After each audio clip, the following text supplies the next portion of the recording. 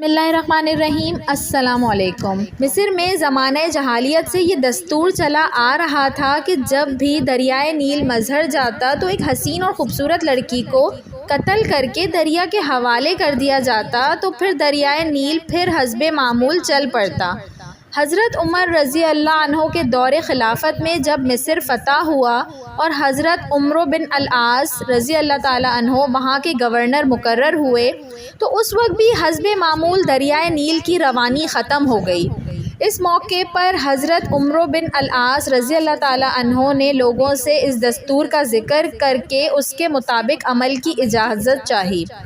حضرت عمرو بن العاص رضی اللہ عنہ نے فرمایا کہ یہ جاہلیت کی رسم ہے، ہم ایسا نہیں کریں گے، البتہ امیر المومنین حضرت عمر سے میں مشورہ کروں گا۔ حضرت عمرو بن العاص رضی اللہ تعالیٰ عنہ نے امیر المومنین کو خط لکھا اور اس واقعے کی پوری تفصیل بیان کر کے مشورہ چاہا۔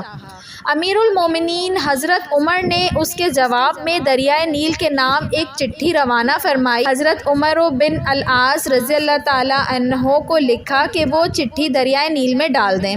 اس چٹھی کا مضمون یہ تھا کہ یہ اللہ کے بندے عمر کی طرف سے دریائے نیل کے نام، اما بعد اگر تو اے دریائے نیل اپنی طرف سے جاری ہوتا تھا تو مت جاری ہو، اور اگر اللہ واحد نے تجھ کو جاری کیا تو ہم اس سے سوال کرتے ہیں کہ وہ تجھ کو جاری کر دے۔